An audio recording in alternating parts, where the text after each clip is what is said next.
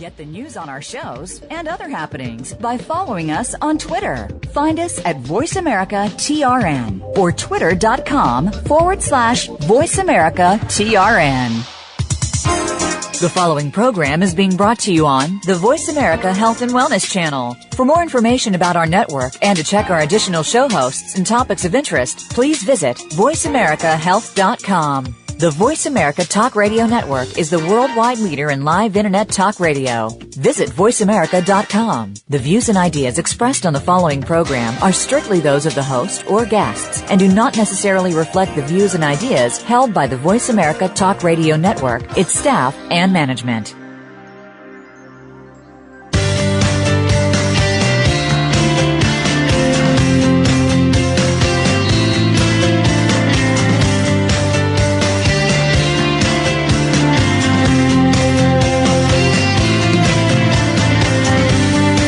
Thought about why people act the way they do?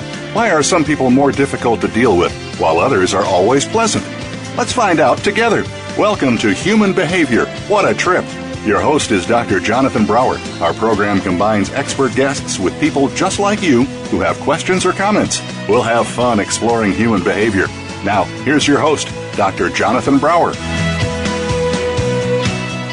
Hello, everybody. This is Dr. Jonathan Brower. My show is called Human Behavior, What a Trip. And we're going to have a lovely trip today with Robin Jackson. And Robin, your basic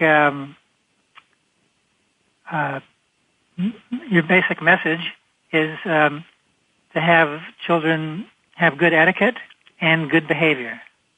Yes. Well, Jonathan, thank you so much for having me. My pleasure. I own a business called the Civility School, and I teach actually both children and adults social skills and modern manners and some traditional etiquette. I see. So it goes from 4 years of age to 104? Absolutely, and beyond. That's right. Good. What's the oldest person you've had? I wouldn't know exactly how old he is, but in some of my workshops, I have people who have worked at what they've been doing for 30 or 40 years. I see. Yeah, so I think one of my last business workshops, I had a gentleman who had been reared to be very chivalrous toward women, and we had a whole conversation about, kind of the difference between chivalry in social situations and chivalry in business situations. It's really interesting. Yes. Do you ever have a group where it's 4-year-olds to, let's say, 90-year-olds in the same room, or do you? I have not had that, although I think that could be really interesting. Yeah. Maybe not 4-year-olds, but it would be interesting maybe to have 14-year-olds and 90-year-olds in the same room, because the way they see things and the way, obviously, they've experienced life thus far is really different. Yes, so each age group, the two extremes of the age groups, they can very well learn from each other. Absolutely. But the great thing about the way we teach social skills and the way we teach etiquette at the Civility School is that we really have a big emphasis on empathy and trying to always think about how our behavior is affecting other people. So it's not just a rote memorization of etiquette rules. It's more of an examination of the way our behavior affects other people. So you could easily teach a 14-year-old and a 94-year-old some of those methods in the same class. Yes. So before we get into more detail, would you please tell our listeners a little bit about your growing up, what you liked as a child, and how you ended up? Sure, I'd love to. Currently. I was an only child of parents who at the time would have been considered older parents. Now they wouldn't. But so I think as a child I was very contemplative, and I used to watch other people and wonder why they were doing the things that they were doing, and always thinking about how other people's behavior affected me or how my behavior affected other people. I think I was maybe sometimes a little bit too self-aware. But it gave me a real interest in observing people and the way they behave. I went on to become a teacher, taught middle school and high school, went on to become a counselor, so I have my master's degree in counselor education, counseled children, counseled teenagers, have counseled some adults, ultimately went into some high-risk counseling with teenagers, and then went on to have 3 children of my own, and saw how really teaching social skills, which I had done a lot through my career, was very important with my own children. I always assumed, of course they would just come into this world with excellent social skills, and that's really not. Sometimes it's true. Some people pick them up faster than others, and I was interested in combining social skills training with etiquette instruction, because that's what I was doing with my own children, and I was interested in doing it in such a way that whatever I taught was changeable to the environment. And I think that's really important, because what works here where I am in Central Virginia may not work in New York City, may not work in Singapore, may not work in California. So I think teaching people to be aware of their environment is every bit as important as being aware of how they're acting. So how do you think it might be different, let's say, from New York to living in Virginia? Well, it's just kind of interesting but very concrete example is the use by children of the term yes, sir, or yes, ma'am. I see. No, sir. No, ma'am. In parts of the South, it's expected of children. Children are considered really actually being rude if they don't use that. Yes. Whereas I know of many people who just find that irritating, and even worse than irritating. They just don't want to hear children say yes, sir, and no, sir to them. They feel like it's really obsequious, and they just don't like it. So that's one thing where, in one part of the country it may be considered absolutely vital, and in another part of the country just awful.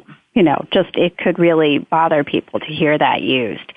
So, teaching people these little things, and then just cultural differences, any of those things, it's really important, because we're not always going to walk into situations where we know exactly what's expected of us. Yes. I know when I was a teenager, and maybe even earlier, when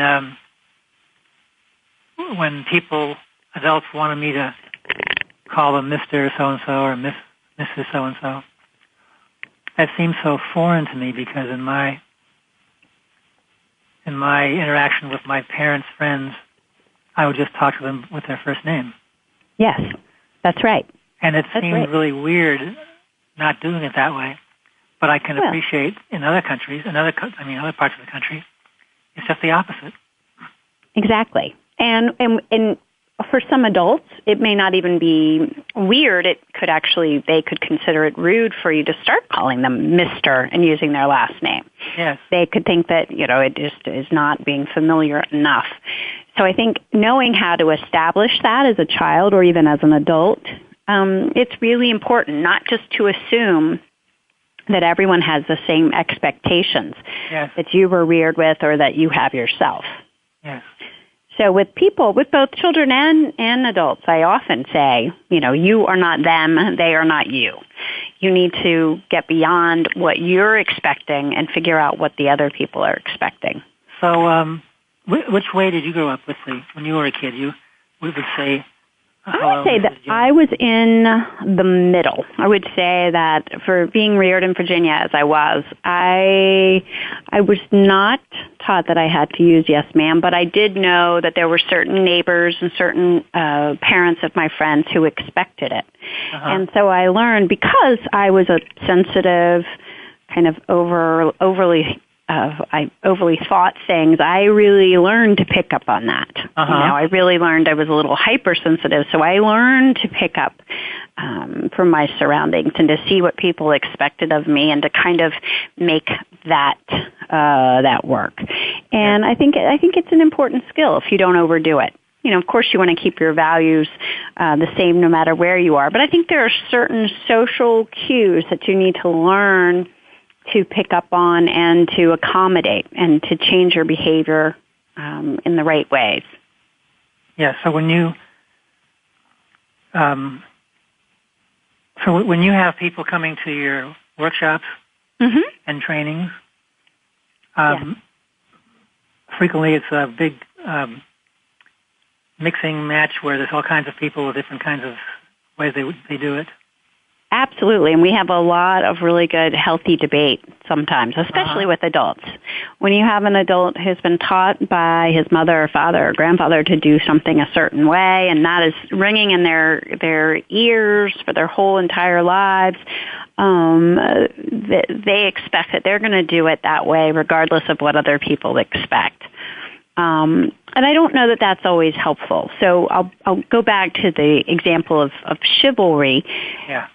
This gentleman who I was working with said that he absolutely, even in business situations, would always pull out a chair for a woman. So if he was going on a business lunch with someone, maybe even someone who was opposing him in some way in a business deal, he would still pull out her chair and even order for her. Yeah. So So it's a difficult thing to say to this man, well, in a business situation, that probably is not going to be appreciated. He said, my mother taught me to do this. I plan on continuing this. And it's interesting. So it's interesting to have these conversations with people. It often, it's a very emotional conversation sometimes. Yes. So I'm looking at my screen from my computer, and I'm looking at the civility school. Do you want to mention that in particular and give people an idea of what you do?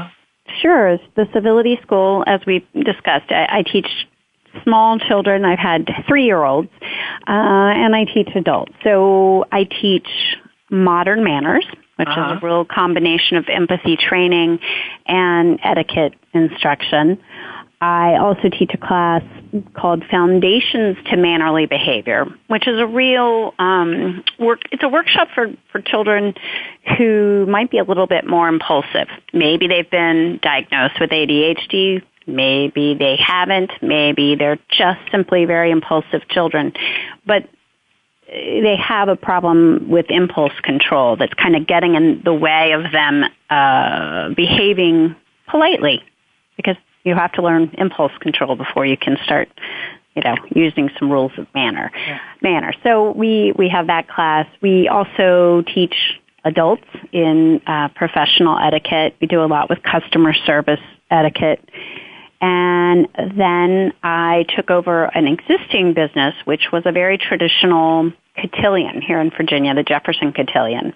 And we run that. We have a cotillion season every October through December. That's a little bit more traditional, although we've thrown in lots of modern, I guess I should say nods to modern culture. Girls ask boys to dance. We don't wear white gloves anymore, but we do learn some real good basic dance steps and some good traditional etiquette. So everything you've mentioned in the last couple of minutes, I've written some notes down.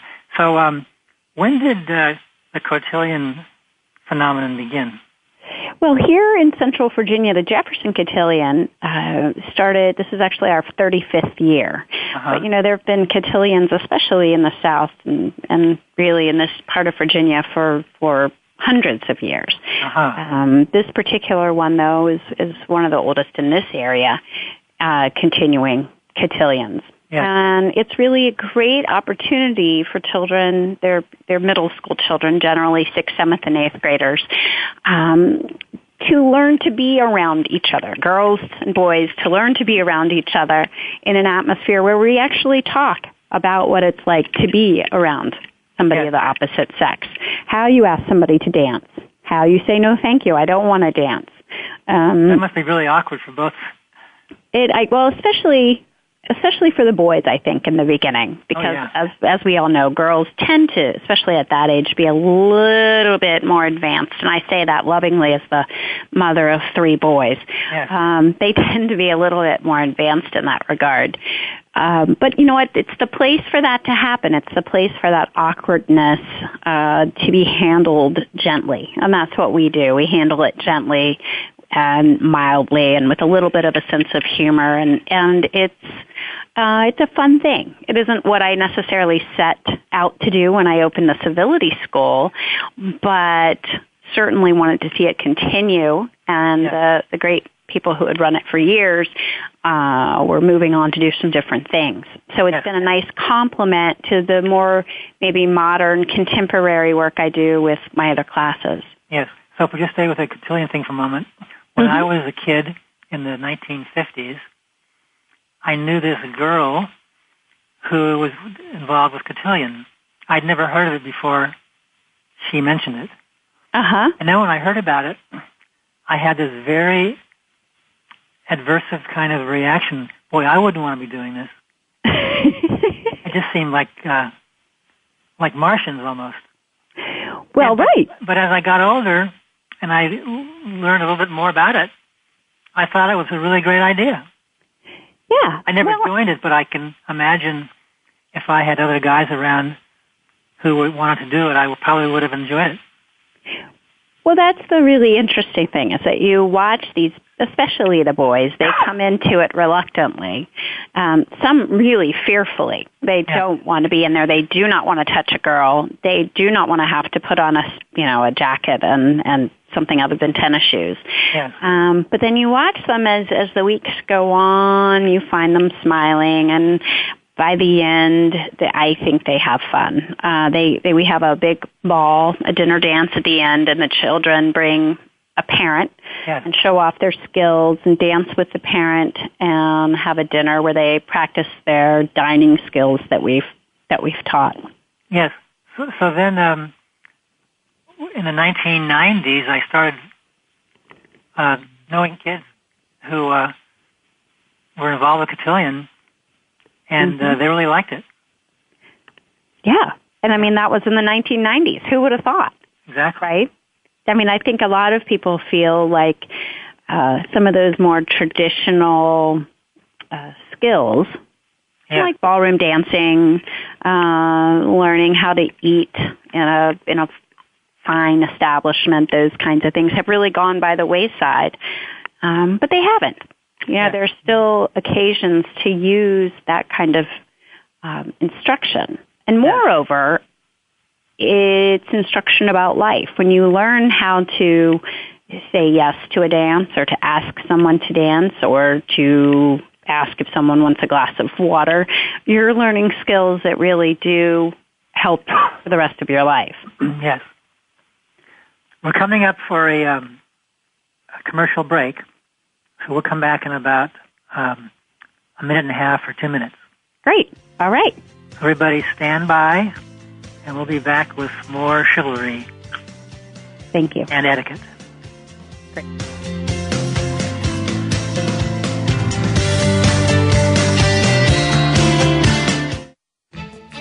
A fresh look at today's health. Voice America Health and Wellness. Legal Shield. Total access. Everyone deserves legal protection. With Legal Shield, everyone can access it, no matter how traumatic or trivial. Check out players.buildinglastingsuccess.com and jjbrower.com. Call Jonathan at 805-535-5111. DefeatAnxietyNow.com is geared to help people suffering with anxiety and depression. Intensive, short-term, dynamic psychotherapy helps many people get to the absolute core of their problems and resolve them. Call Dr. Jonathan Brower at 818-707-4557. Interested in investing in real estate, leveraging other people's money? Call Jonathan Brower, and he can give you some more information. 805-535-5111. That's 805-535-5111. SportsPsychologySociology.com can help you improve your ability to excel and enjoy your athletic endeavors. Call Dr. Jonathan Brower at 818-707-4557. your life, your health, your network. You're listening to Voice America Health and Wellness.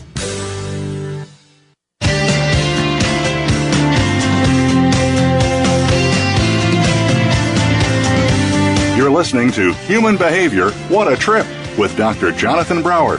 If you have a question or comment for the show this week, please call in to 1-866-472-5792. That's toll free, 1-866-472-5792. You may also send an email to jbrowerphd@yahoo.com. Now, back to Human Behavior, What a Trip. Hi, everybody. We're back with Robin Jackson, who's the etiquette lady, I'm calling her. Excuse me, I've got a cough here. So during the break, I was mentioning to Robin this wonderful picture of these two young kids, Matthew Palumbo and Amelia Park. Yes. And I imagine he's about 13 or 12, and she's about the same age, I guess. Yes. They were in last year's cotillion season, and for all of my classes, I try to find a way to reward really exemplary behavior. Sometimes that's really hard because I have a lot of students who work very hard in what they do. So in my cotillion classes, I have a cotillion cup. They win an actual pewter Jefferson cup. It's very Virginian. For really showing respect to other people in cotillion, for trying hard even when it's embarrassing, getting up there and trying a dance move they've never tried before. Yes. But I really look for courtesy to others. That's really what we are always looking for. Someone who has integrity and kind of stands up to poor behavior, who is a constant source of kindness in a class. Yes. And both of these students did this. Both of them would volunteer. Both of them were incredibly thoughtful. The young lady, Amelia, at one point had poison ivy and was thoughtful and thought to wear rubber gloves. Oh, she wore rubber gloves on her hand that had the poison ivy for the whole class so people wouldn't have to see it or touch it. And I do the same in all of my modern manners classes. In each of my small modern manners classes, I give a civility and action award to one student for each session. Yes. And what I'm looking for is somebody who exemplifies the civility school motto, which is for the comfort and convenience of others. Yes. So when I have a student in class who is helpful toward his or her classmates, who volunteers to maybe practice some of the homework assignments I give, who does extra practice, whose parents report really lovely behavior at home in the family, they're usually the ones who win this award. Yes. And I'd like to talk a little bit about what I do in these modern manners classes. Well, before you do that. Yeah, sure. Hang on a minute. I want to ask you a couple of questions.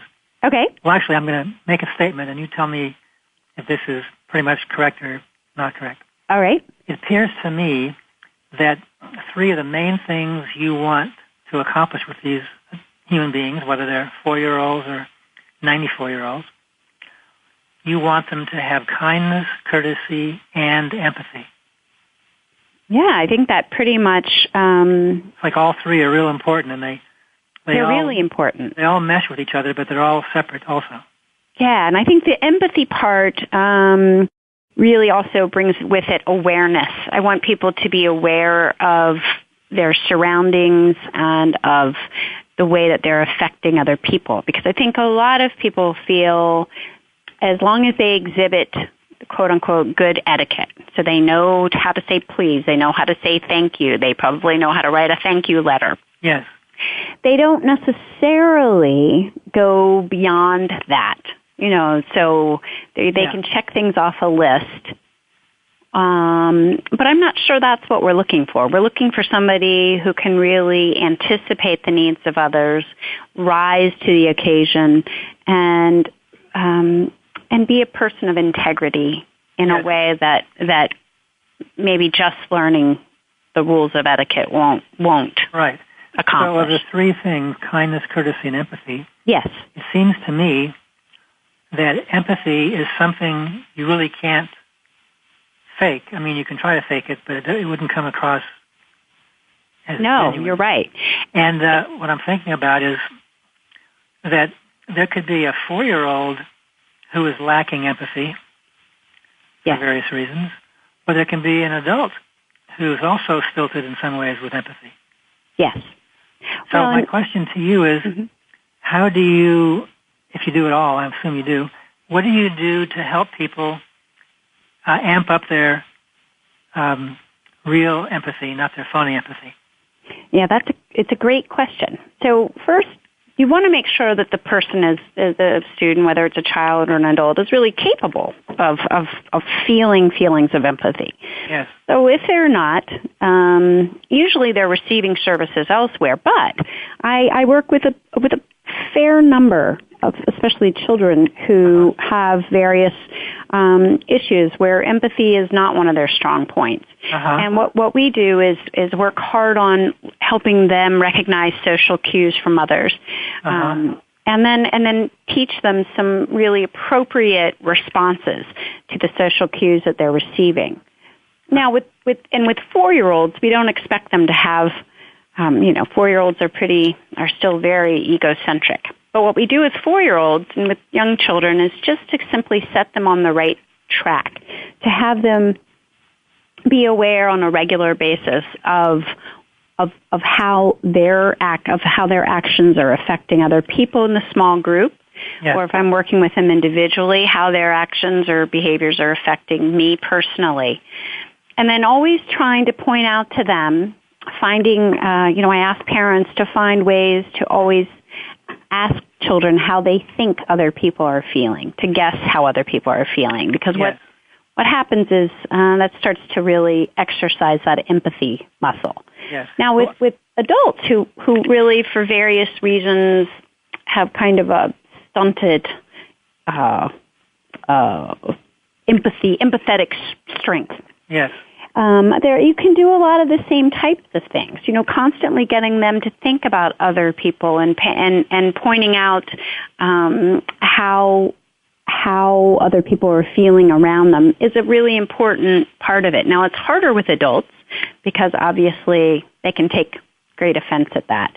So sometimes you just give them assignments, things that they can do on their own in their family or in other parts of their lives. But it's important because I don't know that everybody has given a lot of thought to that. Empathy is not necessarily something that we work on in our society. Yes. I would imagine that the human beings, starting off as infants, when they have secure attachment bonds with their parents, they're much more likely to have empathy. Yes. If they have attachment bond ruptures that don't get repaired, they're going to have a problem with empathy. Absolutely. And then hopefully some of these parents get help for themselves and their kids. Yeah, and that's where really I sometimes have to refer on to a mental health professional, someone who can work with them on a deeper level. Yes. And with some children, as I saw this as a guidance counselor and as a high-risk counselor, there are times that you can do empathy training, and then there are other times where they need to, you can't take away what they've been using as their defense mechanism, and you can't strip them of that if they're still in a situation where life is tough. Right. So it's important before I start working with somebody to find out some of those things. Yes. Especially with young children or children whose backgrounds are a little rocky. And I've had some of those children, and usually I work in conjunction with a mental health specialist. Yeah. And I would imagine that a sizable proportion of the young kids, even at 4 years old or 5 years old, do have empathy and do something really sweet for another kid who's having a problem. Yes. Like if they're trying to play catch and one of the kids just can't catch the ball, the other kid might even get closer to the other kid and almost just handing the ball back and forth. Yeah, and what we do in our classes is really applaud that. So we really work on modeling and shaping really positive behavior. Yeah, that sounds beautiful. It just really sounds great. Well, it is great, and that's the great thing about working in these small groups is that we have the chance to do that. Yeah. So it's really it's fun. Yeah.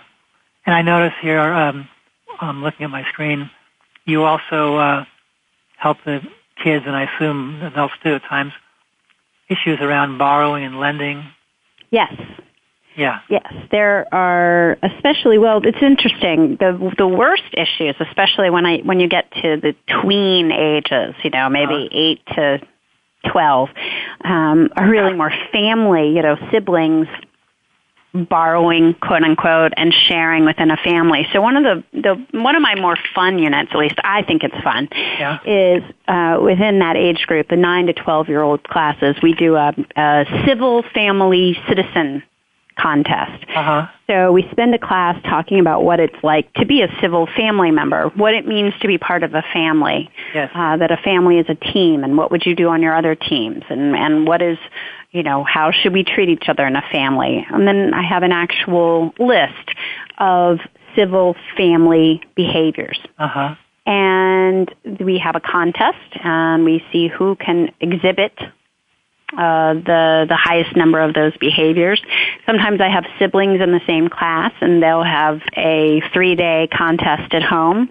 And it's a great example of positive peer pressure because they're actually working hard to show that they know how not to interrupt, how to knock on a door before they enter it, how to introduce friends to their parents and siblings when they have friends over, how to, if a sibling asks to be left alone, to honor that request, things like that. So the borrowing and lending really seems to have the most impact in those family situations. Yes. So when my sister and I were young, on rare occasions, we'd have a game with our parents where my sister and I, we'd sit I'd sit where my father would normally sit, and my sister would sit where mother normally sat, and then the two adults, my father would sit where I normally sat. And then, so my sister and I, we would be the father and mother. We'd be admonishing the kids. And we found it to be very fun. But also, we learned from that. What a great idea. Yeah, it was really fun. May have to steal that as an idea in my family, civil family citizen workshop. It's a great idea. Yeah. And, I think it's good for perspective, lending perspective to each other's roles in the family. Yeah, and when my sister and I did it as the parents, we would be exaggerating, of course. Of course. And for my parents who were playing the kids, they would exaggerate too. So we have a lot of laughs around it. Well, and what you're doing is, it's exaggeration, but you're seeing maybe how you do actually come across to other people. Oh, definitely. And we do a lot of that actually too in the classes. We do a lot of role playing, and again, it's fun when you have siblings in the same class because we do that sometimes. We'll switch it up, and they do get a chance to see how they're coming across to each other, and it's a nice way to really drive a point home that your behavior maybe is affecting people in a way other than you're thinking it does. Yeah. So. There's this woman who she's an etiquette lady, and I get her emails. I don't know why, but I get them. And so I'm going to ask you a question. Okay. So she was saying that when you're, at least in a formal kind of setting, and you're eating, you have your left hand holding the fork, your right hand holding the knife as you cut the food. Mm-hmm. And so, is it bad etiquette to put down the knife, then exchange the left hand fork to the right hand, and then stab the food and put it in your mouth? Does that really matter? No, that is the North American way of eating. That's continental way is continuing to hold. So you is the opposite. But the way that you just described is the way that North Americans eat. Yeah. So unless you're in another country and you want to fit right in, doing it that way, putting down your knife and holding your fork with your right hand is exactly what we do. Okay, so then the other part of it is supposedly 1 out of 9 people is left-handed. Yes. So those people shouldn't be having their knife in their left hand and their fork in their right hand. But they can. They can do that. It's actually, I'm very, some people are extremely strict on that point. Yeah. I don't really think there's an issue there. Well, I agree with you. Yeah, because, again, it's like so many other things. That really is not the point. Now, if you start picking your food up with your fingers, yes, and it's not a finger food, that might be an issue. If you start eating off your knife, that might be an issue. Yeah. But I think if you're comfortable, if you're left-handed and you're comfortable doing it with your left hand, I think by all means you should. Yeah. So let's say with a 4-year-old, whichever hand they use for their fork or knife, I would assume the 4-year-old, as opposed to the 14-year-old, the 4-year-old is more likely to have some food drop in their lap on occasion. Yes. So when that happens, what do you do so it doesn't make the kid look like they're an oaf? Well, you know that accidents happen. So I teach this in the class all the time. Good. The biggest point is that you don't ever point it out. So if you're sitting at a table, now, unless you're a parent and you need to point something out, yes, but you never point it out to other people. So if I had a group of 4-year-olds or, at a table and one child dropped food in his or her lap and another child said something, I would say, who has the worst manners here? Yes. Is it the person who dropped the food accidentally, or is it the person pointing it out? And so that everyone will at some point drop food in his or her lap. That's why we put a napkin in our lap. Yeah. And routinely, I have what I call difficult food dinners. So I serve things that are a little bit difficult to eat, and I make the students set the table, and then I serve some difficult foods. And inevitably, probably 1 out of every 3 classes, a child will spill his or her drink. And it's a big lesson in remaining calm, not pointing it out. We clean it up. We change if we have to, we change the tablecloth. I remain very calm. I'm not judgmental in the least, and we move on. Good. Because it's much worse to have someone call attention to it, someone to correct you. It's never right to correct someone else's poor manners unless they ask for it or unless you're their parent, and that's your job. So it sounds very kind, actually. Well, and I think that is the point, is that kindness is always better than being right. So there's a great story about Queen Victoria. And Queen Victoria at some point had an African chief as her guest of honor. Yes. And they served a very formal dinner. And after the entree was cleared, a finger bowl was set down. And this chief had never seen a finger bowl. Yes. So he looked at it, and he picked it up, and he drank directly from the finger bowl. Yes. Everyone looked at Queen Victoria. She looked at her finger bowl. Yes. And picked it up and drank from it. Good for her. And to me, that is the epitome of fine manners. Yes. That is what we're going for. Yes. Being right and pointing out other people's very small, insignificant faults is really not a sign of civility in my book. I agree. I think we're coming up for our second and last commercial break. Great. So hang on, everybody. All right. And we'll come back. Thank you.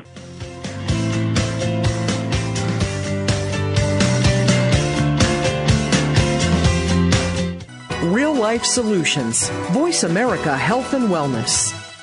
Legal Shield. Total access. Everyone deserves legal protection. With Legal Shield, everyone can access it, no matter how traumatic or trivial. Check out players.buildinglastingsuccess.com and jjbrower.com. Call Jonathan at 805-535-5111. DefeatAnxietyNow.com is geared to help people suffering with anxiety and depression. Intensive, short-term, dynamic psychotherapy helps many people get to the absolute core of their problems and resolve them. Call Dr. Jonathan Brower at 818-707-4557. Interested in investing in real estate, leveraging other people's money? Call Jonathan Brower, and he can give you some more information. 805-535-5111. That's 805-535-5111. SportsPsychologySociology.com can help you improve your ability to excel and enjoy your athletic endeavors. Call Dr. Jonathan Brower at 818-707-4557. Your life, your health, your network. You're listening to Voice America Health and Wellness.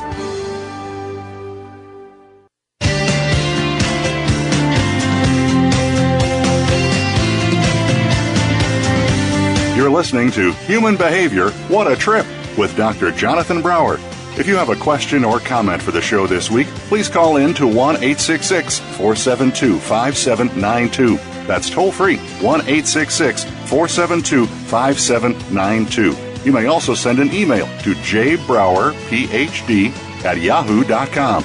Now, back to Human Behavior, What a Trip. Hi, everybody. This is Jonathan Brower. My guest is Robin Jackson.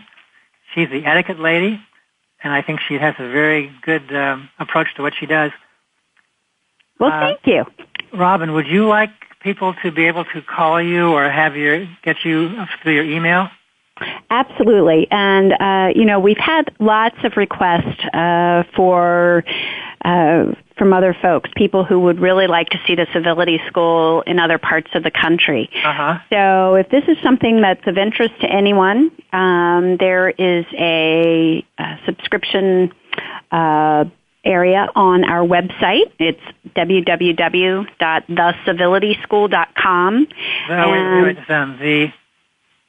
Beg your pardon? The Civility School?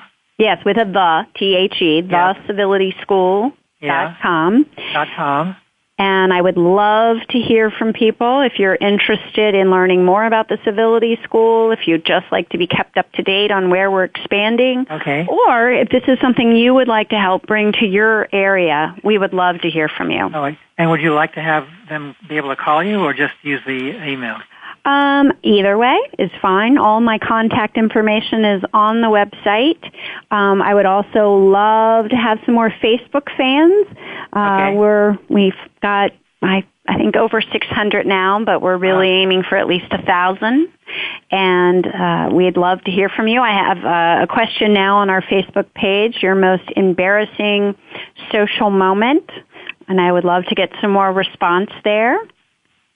Okay, we'll look at that in a minute. So, are you trying to have this civility school throughout the entire world, or just North America, or just the United States? Well, I think we would start in the United States.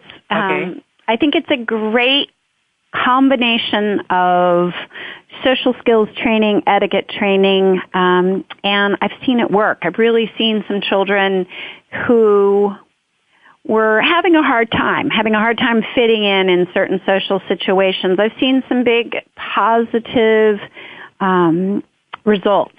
Yes. And so I think it's a great thing. It's a nice combination of refining really great behavior, yes, and improving behavior that just isn't where a child wants it to be. Yeah, that sounds good. So,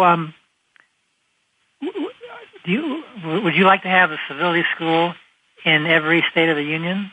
Well, of course I would. I think it would be a great thing. Okay, and then of course, in some states like California, where I am, there could be many of them because it's a huge state.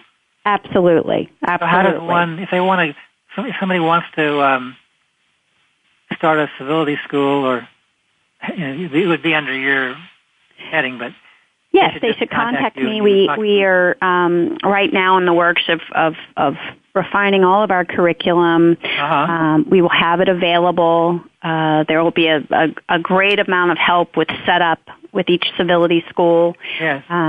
So absolutely, if anyone is interested, they should contact me directly at Robyn, ROBYN, at thecivilityschool.com, or go to our website, go to our Facebook page, and I will get back with them. Okay, good. So, and how long have you been doing this? This is my 5th year. Your 5th year? But a lot of the things that I've been doing, I've been working with kids with for a number of years. So when I was a guidance counselor, I found myself doing a lot of social skills training. Yes. Sometimes things as simple as sustaining eye contact. Oh, yeah.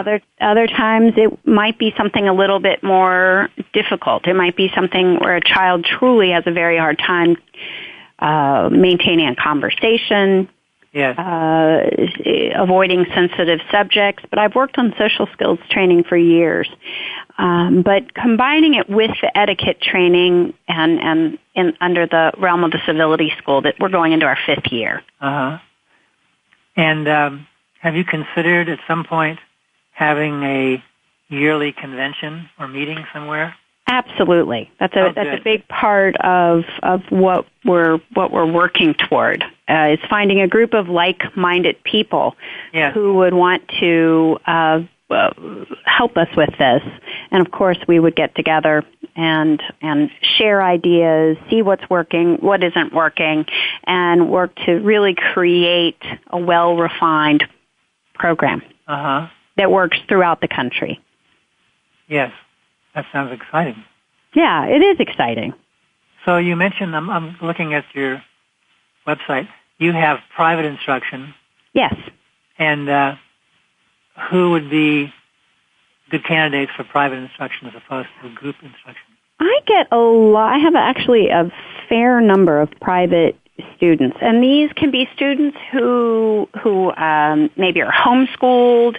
They have time during the day. The parents would like to see them having the instruction that I do in group classes, but they've already filled that time. So I meet with homeschooled children. I meet with children who before they attend a modern manners classes, their parents feel like they could use really some lessons in some very basic social skills. So I'll do some basic social skill instruction. I also do things, we will prepare for college interviews, prepare for other admissions interviews into secondary schools, anywhere where a child needs to be at his or her best in a public setting, a social setting. I see. So I know a woman who, she's in Southern California where I am, and she has a business where she helps high school students find the right college for themselves. That's a great, as a mom of a rising senior, that is a wonderful, wonderful. Yeah, but business. she starts with these kids in the ninth grade or so. Yes. So I don't know if she wants to work with people outside of California, but if she does, I could contact her. With you. That would be lovely. Yeah, and I've done some of that. I've worked with some other folks who run these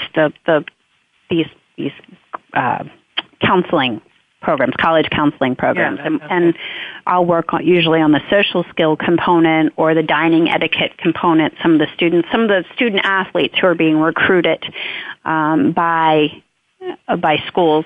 I've also worked with a number of athletic teams. Sometimes coaches would like their student athletes to have better social skills, would like their students to be ready for big-time recruiters, and that's a lot of fun. It's really fun to get some athletes who maybe have not had the time in their teenage years to work on these things, to really start focusing on things like dining skills or conversational skills.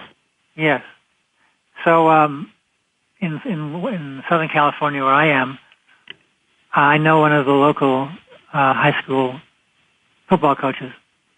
And what he does, he not only takes care of his athletes, but he has a lot of students who are never going to get into college with a scholarship, but he still helps them find a nice school.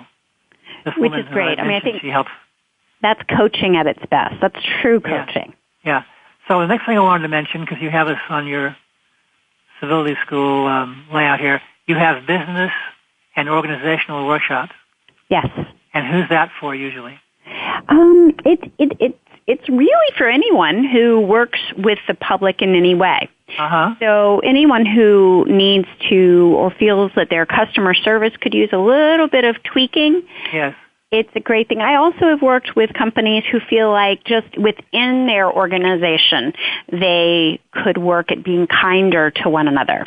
So working on that company culture to see that some of the maybe the points of human interactions that sometimes we leave behind when we're really busy get reinstituted into that company culture. We'll actually come up with a company culture plan, a plan for the company to follow so that the employees are getting along better, communicating better, right down to we'll discuss things like, small talk in cubicles. Sometimes you'll have people who wander from cubicle to cubicle finding someone to make small talk with, and you find that that's causing great discord amongst employees. Yeah. So I've done a good deal of that as well. Okay, so I'm looking on my screen here, and it mentions business etiquette. Yes. So the way it seems to be with Asian countries, if you're a U.S. person and you get a business card from the Asian person, you shouldn't put the card in your back pocket. No. But a lot of people don't even know that. Well, and you really actually shouldn't put it in your back pocket in any culture. Yeah. When someone hands you a business card, they're really handing you a small little, almost a photograph of themselves. Yes. And so the kind and the mannerly thing to do is to take a moment, look it over, make a comment, ask a question, and then to put it in a place of more honor. Maybe put it in your wallet, or say, I'd like to keep this on my desk. Something other than just sticking it in your back pocket. I think regardless of where you are, if someone hands you a business card, you need to take the time to look at it and to make a comment. If you don't have the time right in that moment, even to make a comment like, oh, I really look forward to reading this and finding out more about your business. But no, sticking it in your back pocket is not the thing to do. Yeah. And of course, when people make the faux pas, they can learn from it and go on their good way. Sure, and that's one of the biggest lessons, again, is that none of us is perfect, but we want to learn to better our human interactions. And so maybe noting, if you're well aware of other people's social cues, if you note that they look a little dissatisfied as you stick your calling card in your back pocket, you may want to make a note to self to not do that again. So one of the things you have written down is written correspondence, but it seems to me as the years go forward, being able to write well is a rare event these days. It is, and it's something that the Civility School is really trying to bring back into vogue.